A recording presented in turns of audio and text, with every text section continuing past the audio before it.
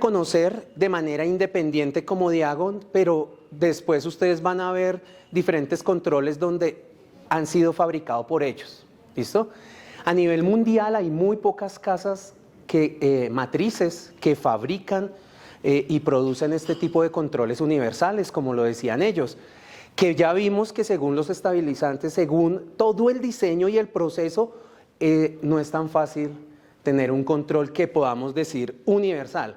Y es acá, en ensayo de aptitud o control externo, donde vamos a ver, esa es una de las características del control externo, que funcione para muchas plataformas. ¿Listo? Técnicamente podemos decir que es una herramienta de aseguramiento de calidad que le permite a los laboratorios medir el desempeño con otros. La mayoría utiliza el interlaboratorio de apoyo, que pues eso lo vamos a ver un poquito más adelante, pero vamos a poder detectar tendencias y por lo tanto todos los laboratorios van a poder tomar decisiones. ¿Listo? Vamos a ver también algunas diferencias de lo que es el control interno, ya sea independiente o dependiente, con el control externo. Pero me gusta mucho y me he robado esta frase de la ISO 15189. No es el tema de hoy, pero los laboratorios clínicos, pues, quisiéramos acreditarnos todos con esta norma. ¿Qué dice la ISO 15189? Que el objetivo es promover el bienestar de los pacientes y la satisfacción de los usuarios del laboratorio mediante la confianza en la calidad y competencia de los laboratorios clínicos.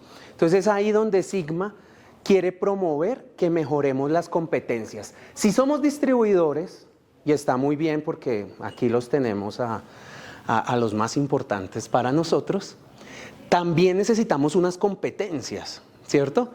Y si estamos frente a los resultados de los pacientes, necesitamos garantizar que lo que estamos haciendo lo estamos haciendo bien.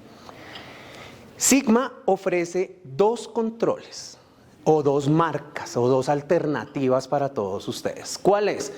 Una que hemos denominado Sigma Externo, que tiene unas características específicas, y otra de la marca SFICA, que hace parte pues, de la Sociedad Europea para la Evaluación Externa de la Calidad. Muchos clientes me dicen, es el control nacional y el control internacional. También lo puede llamar como usted mejor lo desee, pero sí tiene que diferenciarlo. ¿Por qué? Porque vamos a ver unas características. En Sigma Externo, para la mayoría de los programas, podemos tener, está enfocado para equipos los cuales tienen un diferencial de 3 partes. ¿Listo?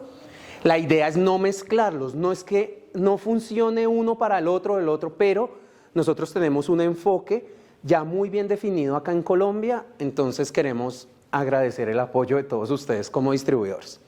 En cambio, SFICA lo vemos más enrolado en equipos con diferenciales, o llamamos equipos 5 DIF o 6 DIF o 7 o ya hoy en día los equipos más grandes que tenemos. ¿Listo? La segunda característica es el esquema de reporte. En Sigma vamos a tener un reporte de tipo bimestral. ¿Qué significa bimestral? Cada 2 meses. Una doctora me dijo es 2 veces al mes.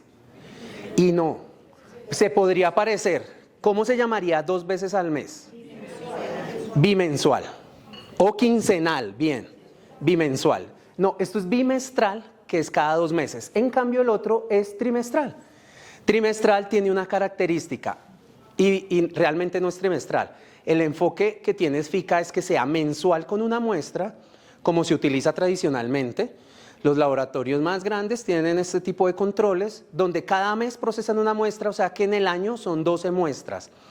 Con otra gran característica en los dos, que las muestras son bien diferenciadas. Recordemos que una de las características de los controles externos es que son muestras aleatorias en concentración, ¿no?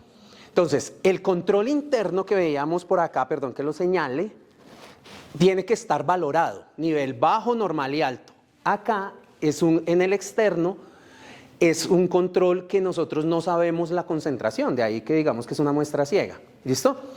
Y tiene una característica importante y es que para los reportes trimestrales debe reportar cada participante 2 muestras al mismo tiempo. Cada trimestre, por ejemplo, comenzamos el año enero, febrero, marzo. En febrero, a finales de febrero, deben reportar en unas fechas específicas 2 muestras, la A y la B. Normalmente es una normal y una patológica. Aquí estamos en hematología, ahí podría variar, ¿listo? Los dos están acreditados con la ISO 17043, entonces estamos muy orgullosos de tener nuestro control Sigma externo también a la altura de un control de tipo internacional. Una diferencia es que con el control de Sigma externo no se va a poder controlar el diferencial. Ya estábamos hablando, y es una de las características principales, de que debemos tener un control universal, que es lo más complicado de tener. De ahí que en el mercado nacional, hasta ahora, y es un control nuevo, que SFICA pueda controlar el diferencial, tanto el de 5 partes como el de 6 partes. Y sin embargo vemos que es un reto para los fabricantes poder que sea un control universal. Y algo importante, y aprovechando que están los distribuidores, pues que nosotros siempre recalcamos que se pueden inscribir en cualquier mes del año. Para Sigma sería en cualquier bimestre, para SFICA sería en cualquier trimestre del año, pero con la característica que los pedidos a nosotros nos los deben hacer si nos familiarizamos con los cronogramas de reporte, que hoy no es el tema, pero siempre que empezamos a trabajar con nuestros programas debemos tener muy bien el cronograma de reporte. Cuando nos familiarizamos y sabemos qué muestra tenemos que reportar, para las personas que se están inscribiendo y que son nuevas, los pedidos nos los deben hacer por lo menos un mes de anterioridad. Todos saben que todo tiene un proceso de importación, entonces pues esa es la salvedad. Ahora bien, no me quiero poner aburrido, pero la legislación colombiana y las normas colombianas son muy claras en decirme, venga, que los rige a ustedes la resolución 3100. Miren estos numerales, el 16.1. O sea que es obligatorio contar con un programa de control de calidad interno y externo que contemple las pruebas realizadas. Y lo más chistoso que con los que llevamos años en esto es que hayan colocado el 16.3, análisis de los reportes de control de calidad y toma de medidas preventivas. O sea que la normativa tiene que ser muy específica para decir, no solo es que lo adquiera, listo, usted ya hizo el esfuerzo, ya tiene el control, no es suficiente. Debemos hacer análisis de los reportes y es ahí donde nosotros trabajamos. No, quería aprovechar el pantallazo, miren el 16.8, pruebas POCT, donde nos exige también controles de calidad para pruebas POCT, lo hablaba con un distribuidor esta mañana, que luego nace la resolución 200 en febrero del 2021, para los que quieran profundizar más en POCT. Características de los programas de evaluación externa. La primera, que es una muestra ciega. No debemos saber el resultado y ustedes como participantes no lo deben saber. Para las personas que tienen varias sedes, tampoco recomendamos que se pregunten entre las sedes, venga, Margarita, ¿cómo le dio allá el control? Venga, pero a mí, ¿cómo me está dando? Nada, como un... Y lo dijo Arpad en su charla, las matrices y lo que estamos haciendo debe simular al paciente. Entonces, este es el más cercano, el programa de evaluación externo es más cercano al paciente al ser una muestra ciega. Lo reportamos, le echamos la bendición y esperamos el reporte. ¿Listo? Se debe procesar como una muestra de un paciente, se debe estandarizar la fase preanalítica. Entonces, ¿qué nos separa de tener un control, como lo estábamos viendo, a las muestras de los pacientes? Entonces, primero, toda la fabricación que ya nos enseñaron cómo se debe construir. ¿Listo? Ahí es donde nosotros sabemos que la fase preanalítica cobra un gran sentido. De ahí, y meto la cucharada haciendo un paréntesis, que Diagon haya logrado que a nivel nacional sea el control de hematología más estable que hay en el mercado. Que el D-Check de 3 partes, me metí a Diagon para que se enfoquen conmigo, dure 30 días después de abierto, 5 DIF y 6 plus 21 días después de abierto, eso es súper ganador. Ahora hablando del control externo, el control externo debe ser estable hasta el día en que lo reporte. No se recomienda tanto pues que guarde la muestra y que la vuelva a pasar cuando llegue el informe. En hematología no sucede tanto eso. La periodicidad va a depender de varios factores. El control externo representa una auditoría. A las personas no les gusta la palabra auditoría y está muy bien y bueno, a nadie nos gusta que nos vigilen el trabajo. Pero para los que estudiamos sistemas de gestión de calidad vemos la auditoría como una oportunidad de mejora. Si yo estoy haciendo bien mi proceso interno y me llega una auditoría, pues la auditoría simplemente observa cómo yo estoy trabajando y de ahí deja los hallazgos. Si yo estoy trabajando bien, la auditoría, ¿cómo me va a salir? Bien. Si hay oportunidades de mejora, ¿cómo va a salir la auditoría? Con oportunidades de mejora. Es ahí cuando yo lo asemejo y hago el paralelo con el control externo. El control externo, al ser una muestra de un paciente, yo no tengo que hacer absolutamente nada. Él debe reflejar, se dice que es la fotografía de lo que yo estoy trabajando en mi laboratorio. Debe reflejar lo que yo estoy haciendo a nivel interno. Si a nivel interno estoy trabajando bien, ¿cómo me va a salir el reporte del externo? Bien. Si no, voy a tener oportunidades de mejora. Ahora bien, y lo mezclo con esto, me preguntan ¿cada cuánto debo procesar el externo? ¿Cada semana? ¿Cada 15 días? ¿Cada mes? ¿Cada 2 meses? ¿Cada 3 meses? ¿Usted cada cuánto necesita una auditoría? ¿Usted necesita tener un policía ahí al frente para que esté trabajando bien? Como nos acostumbramos pues de las escuelas que venimos trabajando, ¿sí o no? Para nadie es un secreto para los que me conocen hace varios años. Entonces, realmente los conceptos han ido evolucionando. ¿Qué queremos nosotros transmitirle? Que los controles externos ya hay una mayor libertad de poder entender para qué me sirven y darle la fuerza a los controles internos que tanto necesitamos nosotros y que me validan la corrida analítica. El control externo no me valida los resultados de los pacientes. El interno sí, para eso lo proceso antes de que mande los pacientes, ¿sí o no? Entonces, pilas con eso. Aquí empieza la parte chévere. Ahí como para que nos entretengamos un poquito. Nos acreditamos con la 17043. Sí.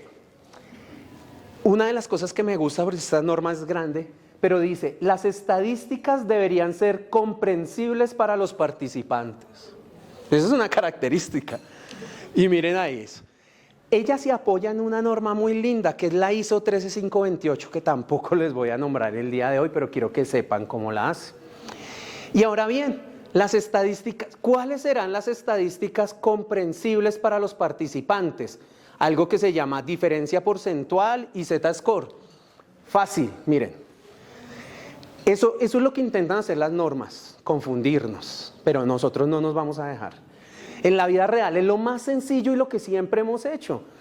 ¿Qué nos enseña? Si tengo un reporte de evaluación externo de hemoglobina y el reporte del laboratorio me dio 16.9, todos síganme allá con la pantalla, y el reporte, la media interlaboratorio, el target, es 16.03, específico por instrumento, tengo que hacer 2 cálculos, el Z-score y el porcentaje, ya sea de desvío o como lo tradujo SFICA, el porcentaje de sesgo o de vallas. ¿Listo? No es más. Y son estadísticas bastante comprensibles. Z-score debería estar entre ¿cuánto? ¿Ustedes recuerdan? De 0 a 2. Acá atrás creo que lo decía, ¿no? De 0 a 2 para que tenga un resultado aceptable. ¿Qué vendría siendo? La distancia, miren acá, 16.9 reportó el laboratorio y 16.03 era la media. ¿Cuánta distancia hay en desviaciones estándar? Pues dependiendo del tamaño de la desviación estándar, tengo 2.7, ¿sí me siguen allá con el Z-score? 2.7 de Z-score. ¿Qué me dice? Que si estoy más cerca en desviaciones estándar debo estar entre 0 y 2 para que sea un resultado súper bien. O sea que la distancia no tiene un impacto a nivel clínico y lo vamos a ver en la siguiente diapositiva. Ahora bien, entre 2 y 3 es un resultado que entra con una alarma. Y miren acá, estos software tienen, si ven al comienzo que tiene una alarma, tiene y me identifica y me dice, venga, usted lo está alarmando, algo está sucediendo. Y después de 3 tiene que tomar acciones, también me lo genera con alarma. Y luego me lo calcula en porcentaje. La misma distancia, 16.9, ¿qué tan lejos está de 16.3? Pero en porcentaje, ¿listo? Y ya, esas son las estadísticas básicas, no necesitamos nada más. Ahora necesitamos entender por qué la relevancia médica, y era algo que tocábamos ahí al comienzo, porque tiene un impacto importante. Las mediciones se denomina variación analítica, las mediciones en el laboratorio. Que eche fuego, digamos que bueno, es un poco exagerado. Pero todo lo que hacemos tiene una variación analítica. Miren, desde el momento en el que yo estoy haciendo la venopunción y ya la muestra toca el tubo, ya se convierte en una variación de tipo analítica. Ahora sigan la ruta que lleva el tubo. Luego, si es una centrífuga, lo que yo necesite, dependiendo de la muestra, esto es muy general, luego pasa a la fase analítica. Todo eso es variación analítica, y la variación analítica es clara, es evidente, la tenemos que controlar, y de ahí pues que estemos aquí parados, y eso se llama calidad analítica.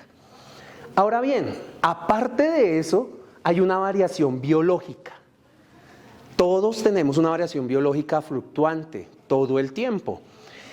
Está bien definida en las tablas de variabilidad biológica que poco a poco se han ido rotando y han ido creciendo. El doctor Westgard, Carmen Ricos y demás han ido trabajando mucho en ello. Pero tiene una gran diferencia, que esas tablas de variabilidad biológica fueron construidas o fueron hechas con estudios biológicos en solo población normal. Cuando nosotros muy bien como buenos bacteriólogos sabemos que realmente toda la población no va a ser normal, ¿cierto? Tenemos unos normales y unos patológicos. Es ahí donde la relevancia médica entra a jugar muy bien. La relevancia médica es un análisis objetivo que permite dar sentido clínico a esos números estadísticos o a esos datos estadísticos o a esos números que tanto le tenemos miedo, que al final uno se da cuenta que no es así. Y que impactan el contexto. Bueno, la relevancia médica nos muestra cómo los resultados del laboratorio tienen un impacto frente al contexto clínico del paciente, ¿sí? Establecer estándares de calidad analítica basados en relevancia médica definitivamente es el futuro en la calidad analítica. Nos va a fortalecer la correlación clínica, definitivamente. Y de ahí se derivan los indicadores, que también va a ser un tema que miremos en otra ocasión. ESFICA la tiene clara y ha adoptado los estándares de relevancia médica. Ya les voy a mostrar cómo lo hace. Si quieren, yo les puedo compartir el artículo en el cual ellos se basan para hacer los cálculos. Y la gran ventaja, ahorita vamos a hablar de hematología, por ejemplo, acá para tomar el ejemplo de esta foto, es que tiene valores para una población normal, si la muestra es normal, y valores para patológico. Es lo que se conoce como el error total máximo permitido, que los que trabajamos en calidad analítica, sí que se le trabaja ese tema, pues ahora relevancia médica cobra mucho sentido. Ahora miren, para concentrarnos en hematología, miren este cuadro. Acá podemos ver desde la portada del informe que ESFICA me da valores normales y valores patológicos. Puse el ejemplo de plaquetas para que me sigan, si ven pequeño, allá los 20/20 de atrás. Miren plaquetas. Dice más o menos 18% hasta 150.000 plaquetas, que fue lo que nos enseñaron. Por debajo, o sea, tengo un rango normal entre 150.000 y para ellos 300.000. ¿Sí o no? Y es en ese rango normal, por debajo de 150.000 me permite hasta un 18%. Entre 150.000 y 300.000, si me siguen allá, permite un 15%. Y me permite un 13% cuando son valores patológicos. Cuando son valores patológicos que superen los 300.000. ¿Listo? Ahora bien, si comparáramos un pantallazo de la página de Westgard de las tablas de variabilidad biológica, lo pueden encontrar en cualquier parte, pero miren que todas las tablas de variabilidad biológica se basan en población normal. ¿Y por qué nos gusta y nos acostumbramos mucho a ellas? Porque tiene valores para error total, el que dice ahí 13.4%, ¿sí me siguen allá? Luego dice vallas, o sea, para sesgo 5.9%, ¿sí? 20/20. Y imprecisión, la I, tiene para coeficiente de variación 4.6. Esa sería la gran diferencia si yo quisiera comparar. Cuando yo estoy hablando de relevancia médica, la relevancia médica sale de los valores poblacionales. Entonces nos ayuda a que los cálculos que ellos nos dan sean muy aterrizados a lo que realmente nosotros vemos en el laboratorio. Dentro del informe de SFICA, ¿qué vamos a encontrar? Una hoja resumen donde voy a tener todos los analitos, incluyendo el diferencial. ¿Listo? De ahí me va a decir si me está comparando la evaluación por general o por instrumento. Luego la media de los participantes. Luego la desviación estándar, la incertidumbre, U mayúscula. Y luego los laboratorios participantes. A nivel general, en basófilos está participando 183 laboratorios. Y específico del equipo, que no voy a decir cuál es para no herir susceptibilidades, participan 23. ¿Listo? Pero para entender el enfoque. Me calcula el Z-score, que ya aprendimos que era el Z-score, y me calcula el porcentaje de desvío. Ahora bien, es a esos números a los que nos estamos enfrentando, y le preguntábamos al doctor ahorita en la charla pasada, ¿qué pasa cuando yo tengo porcentajes tan altos en esas validaciones? Y yo repito el control, y en basófilos cuando varía, claro, y si son números pequeños, 0,3 y 0,15. Claro, son variaciones del 95. Mira, 0,3 basófilos comparado contra 0,15, claro, es el doble. Ahí lo lleva en porcentaje un 95%.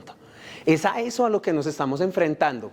Pero ¿qué le estamos llevando? Estamos llevando a poder tener un diferencial en el control externo, que solo estamos acostumbrados a que sea el control interno. En el control externo en el mercado no había para diferencial, solo hasta ahora, ¿listo? ¿Y qué más vamos a encontrar? Que las estadísticas que diseñó SFICA reducen algo que se ha denominado ruido estadístico. ¿Qué es el ruido estadístico? Eso. ¿Qué tanto impacta tener uno o tener dos basófilos? Clínicamente, ¿qué tanto impacta? Pero en porcentaje allá voy más del 50, ¿cierto? De 1 a 2 o de 0,1 a 0,2. ¿Cómo quitan ellos el ruido estadístico que generalmente puede haber en los programas de evaluación externa? Que todo depende del número de participantes. Si hay pocos participantes en los controles externos, ¿qué va a pasar? Que las desviaciones queden muy grandes, ¿sí o no? En algunos casos, pero digamos que esa es la generalidad. Uy, tan rico. Pero, ¿qué pasa si es lo contrario? ¿Qué pasa si es muchos participantes y el número es muy grande, que las desviaciones tienden a quedar muy pequeñas? Entonces, SFICA logró resolver ese problema. Entonces, miren cómo lo hace. Acá estoy con un ejemplo de plaquetas de 486,000. El primero tiene que ubicarlas entre bajas, normales y altas. Para nosotros, mis queridos bacteriólogos, altas, ¿sí o no? Entonces, él se va a la tabla y dice, yo solo le voy a dejar mover el 13%. ¿Qué hace él? Toma el 13% y lo divide en 3. No les digo que saquen ahí la calculadora, pero confíen en mí, que cuando ustedes toman el 13 y lo dividen en 3, les da 4.33. ¿Sí lo ven acá? Entonces, SFICA es el único programa que a nivel mundial el movimiento del grupo lo tiene, es específico a la relevancia médica. Entonces miren, acá hay 800 laboratorios, acá hay 48 laboratorios, pueden haber 5, él es desde 5 empieza a calcular la estadística, no importa, pueden quedar, ellos pueden ser muy dispersos y ellos pueden ser muy precisos en el resultado. El coeficiente de variación del cual despejamos la desviación estándar, ¿sí o no? Ahí para mis amigos estadísticos. Siempre va a ser el mismo, miren. 4.3, multiplíquenlo por 3 o dividan 13 por 3 y ya. Es porque tiene los conceptos muy claros y separó muy bien lo que es que el control externo sea para exactitud, que es algo para los que me escucharon en el Congreso, hice mucho énfasis en que haya una ruta de análisis y el programa de evaluación externo llegue a la exactitud. ¿Qué es la exactitud? La distancia que hay entre un solo resultado versus un valor de referencia. Esa distancia es qué tan exacto estoy siendo en la medición.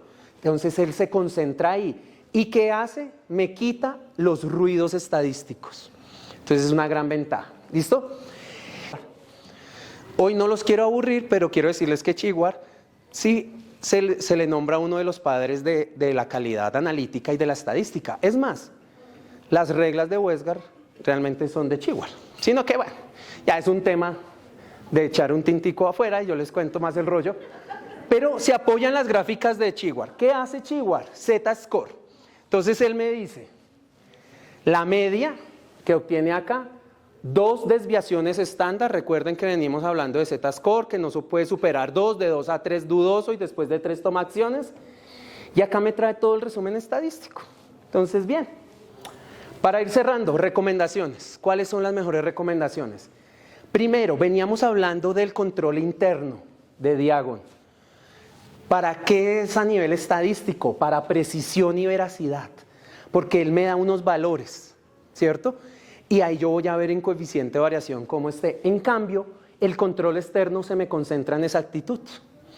A nivel numérico, estadístico, o sea que allá yo lo represento en coeficiente de variación y sesgo, que muy bien lo van a poder encontrar en los software como nos estaban mostrando. Acá en error total, porque esto es como si fuese una muestra de un paciente.